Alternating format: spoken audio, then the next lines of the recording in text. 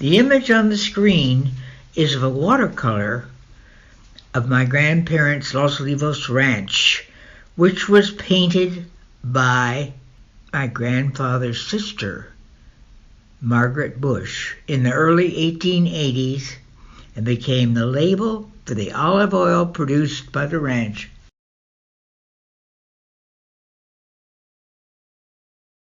This two-story house was built about 1880 by a pharmacist, H.W. Smith. Located on a bluff above the Alamo Venado Creek, it had a view of the Coast Range to the south and the San Rafael Mountains to the north.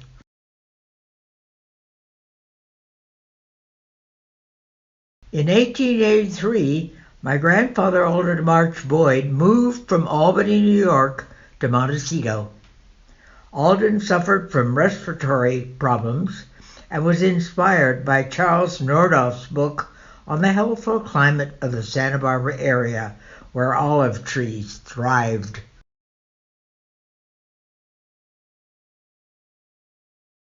Alden left his diaries to my mother, who was raised in this house, which I used for this book. Alden's maternal grandfather, Dr. Alden March, was the founder of the Albany Medical College. His paternal grandfather, Robert Boyd, was the founder of the Albany Brewing Company, which relied on local barley and hops.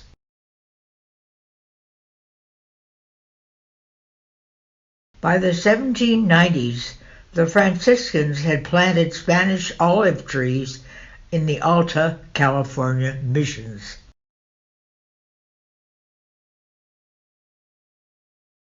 Commercial production of olive oil in Santa Barbara County began at Rancho Camulos, where Ignacio del Valle began selling oil from his press in 1871. In 1870, Elwood Cooper bought 2,000 acres from Colonel Hollister and planted olive cuttings for the Santa Barbara and San Buenaventura missions.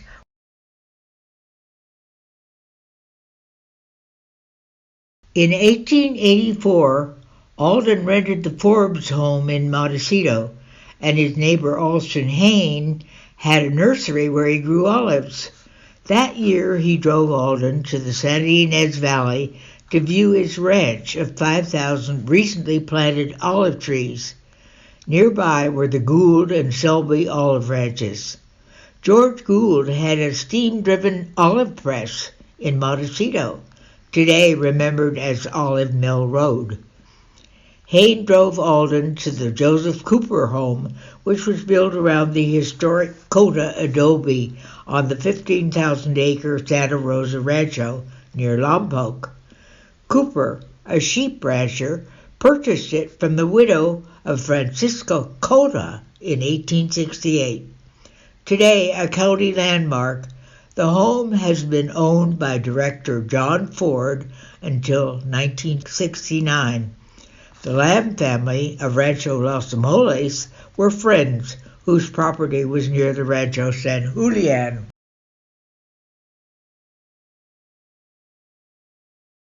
My grandfather purchased the Smith Ranch, which included a barn and 160 acres of unimproved land. In 1886, Alden's cousin Stuart Boyd bought the adjacent 160 acres parcel from the Browns, which included this adobe home with a porch that Margaret depicted. Olive trees must have previously been planted on the ranch, as the trees were yielding fruit by the late 1880s. We don't know if the adobe still exists.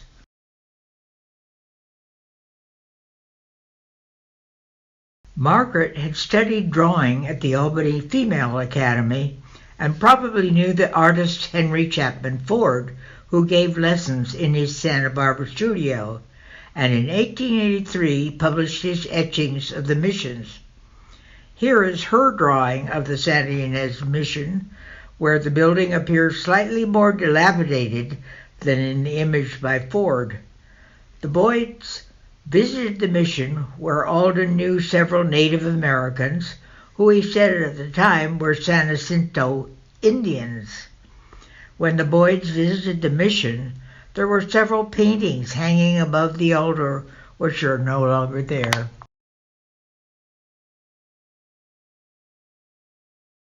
His neighbors included the El Alamo Pintado guest adobe, which was bought in 1884 by two British gentlemen, Harry Durbin and Alec Alexander. In 1885, they built a second two-story adobe, which became a social gathering place. Alden purchased it in 1890, which we will return to later.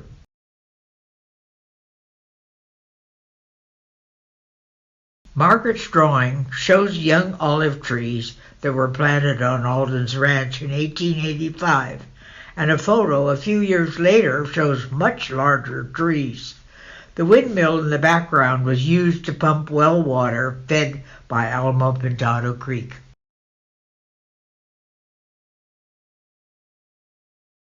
From this photo, Alden appears to have used the olive press on the ranch of his friend Ralph Selby, who was the son of the San Francisco mayor, Thomas Selby. This page from his 1888 accounting shows the pounds of olives from his ranch and those of his cousin Allen, Bergeron, and Selby.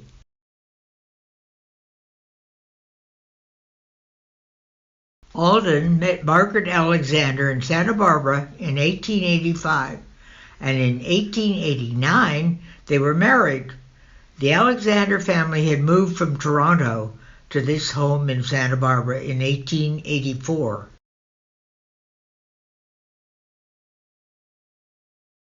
In January 1889, Alden began his first term as 3rd District County Supervisor. As someone who experienced the stagecoach wading through the Santa Ynez River at the San Lucas crossing, he must have mixed feelings when he obtained funding for the first concrete automobile bridge at that spot.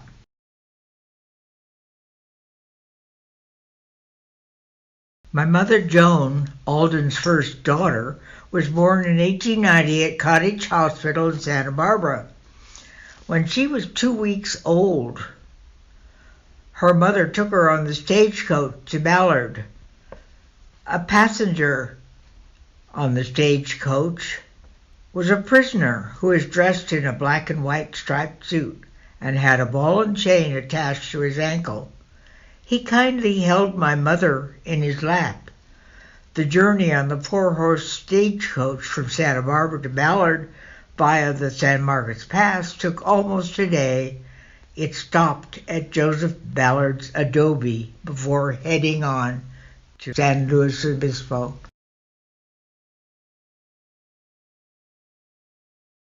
This shows my mother and her sister Jessie with their parents on the steps of their home about 1898.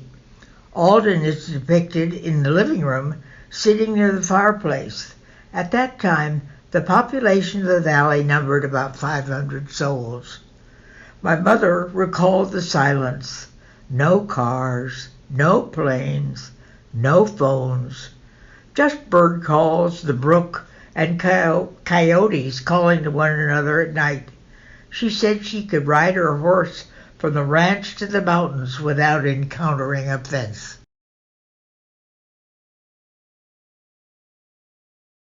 My mother walked or rode her horse from their farm to attend the nearby Ballard School. The family attended the Presbyterian Church, which was designed in 1882 by Sam Lyons, who served as Ballard's Justice of the Peace for many years.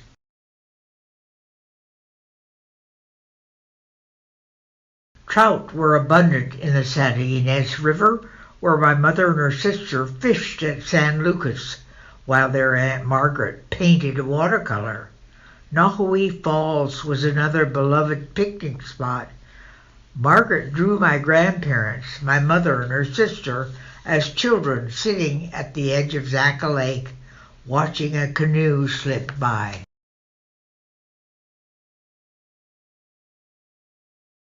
Inspired by the success of the tavern built by his friend Felix Matty in 1886, to coincide with the arrival of the Pacific Coast Railroad in 1887. Alden built 3 guest cottages nearby. In 1890, Alden bought the Alamo Pintado and opened it as a guest ranch. He hired Hobson's 12-horse team to move the 3 cottages onto the property. By 1910, Felix Matty was the manager of the inn.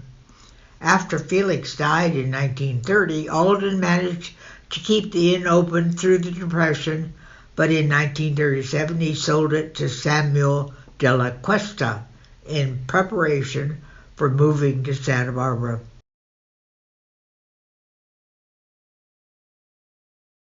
The Boyds and their daughters were friends with Felix's son Clarence, who studied painting in San Francisco and Paris.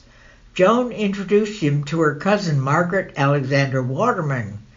Felix met John Singer Sargent in London in 1905, and Sargent's charcoal portraits inspired him to make this drawing of Margaret in 1924.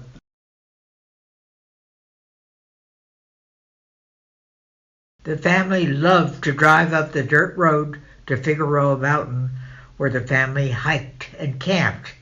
Another favorite summer outing was when Alden drove the family in the wagon to Ahoe Falls, where they sat on a large rock enjoying the cooling spray of the falls. Margaret's drawing of the falls shows a considerable flow of water. It had been part of the Correo Nohui Rancho, which by 1885 was owned by the Pierce brothers of San Francisco. They held rodeos at their Rancho Alisal, which the boys attended.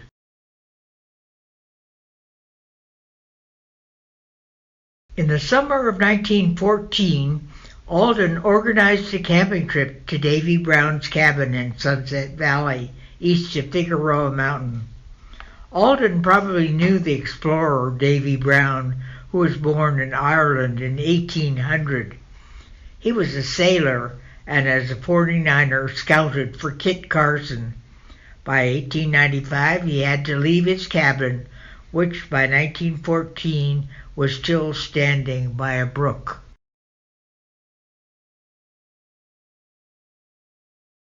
My mother Joan was on that trip, together with her cousins Camilla and Margaret Alexander Waterman.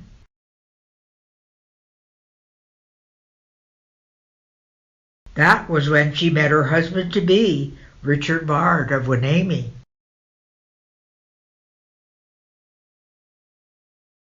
My parents were married in 1916, and the following year my father served in France in the U.S. Artillery. I was born when my father was away, and my grandmother Margaret held me for this portrait by Santa Barbara photographer Carolyn Glenhill. My parents raised me on the Wenatchee property of my paternal grandfather, Senator Thomas R. Bard.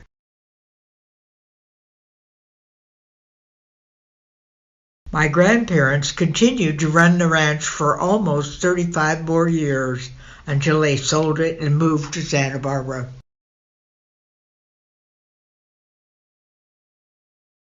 Joan loved to return to the Santa Ynez Valley to see her beloved mountains, and said that the happiest day of her life was when she met Richard on Figueroa Mountain.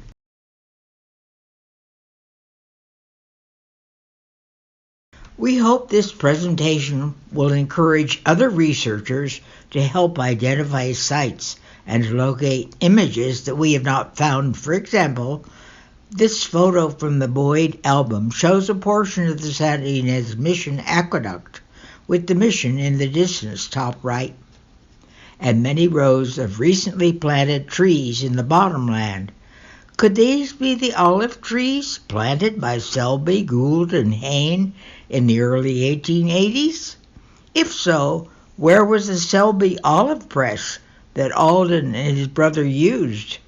In 1881, the Bishop of Monterey sold 16,000 acres owned by the Santa Ynez Mission, part of which must be depicted in this photo.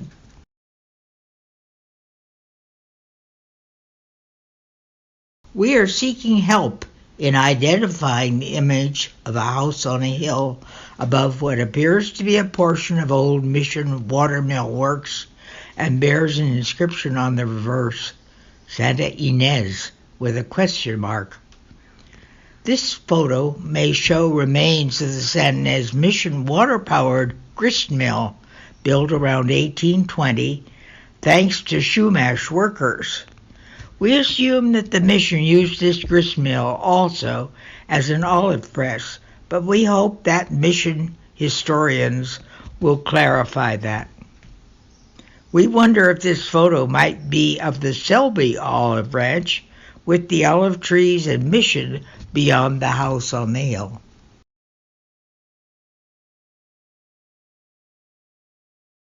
In 1884, the southern section of the Santa Ynez Mission collapsed, a part of which Margaret Bush depicted, although we have not located a period photo of that actual damage.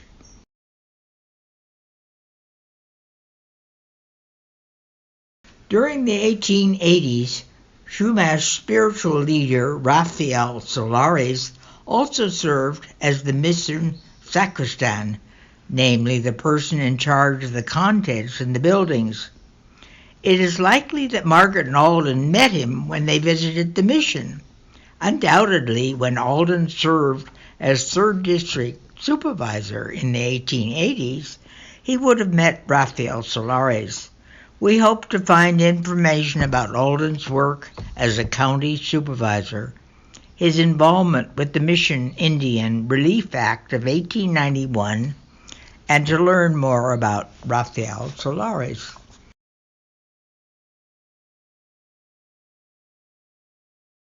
In the 1980s, the Boyd home was moved to Los Olivos, and a small historic marker placed outside.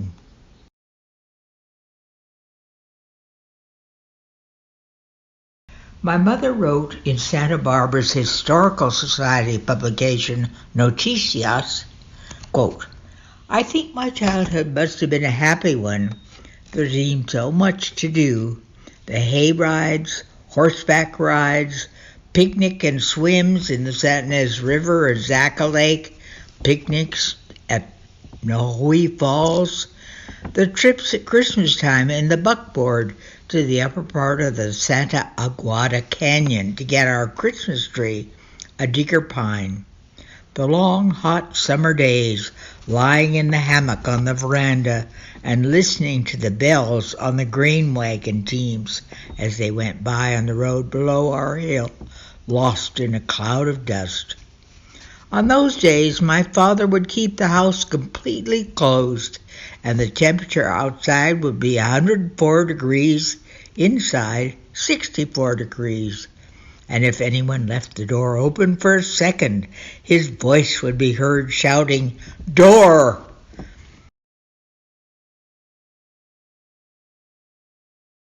We hope the images we have shown from the Boyd album will contribute to those previously gifted to the Santa Ynez Historical Museum by my mother Joan, such as this showing Alden driving his 2-horse buggy.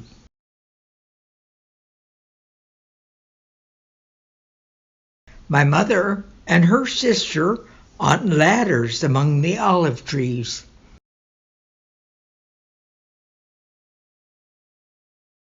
Boyd Ranch and trees, which Alden continued to farm for another 30 years when age forced him to reluctantly retire to Santa Barbara. However, his heart always remained in the valley. He created a family plot in Ballard Cemetery, a public site he helped preserve as supervisor.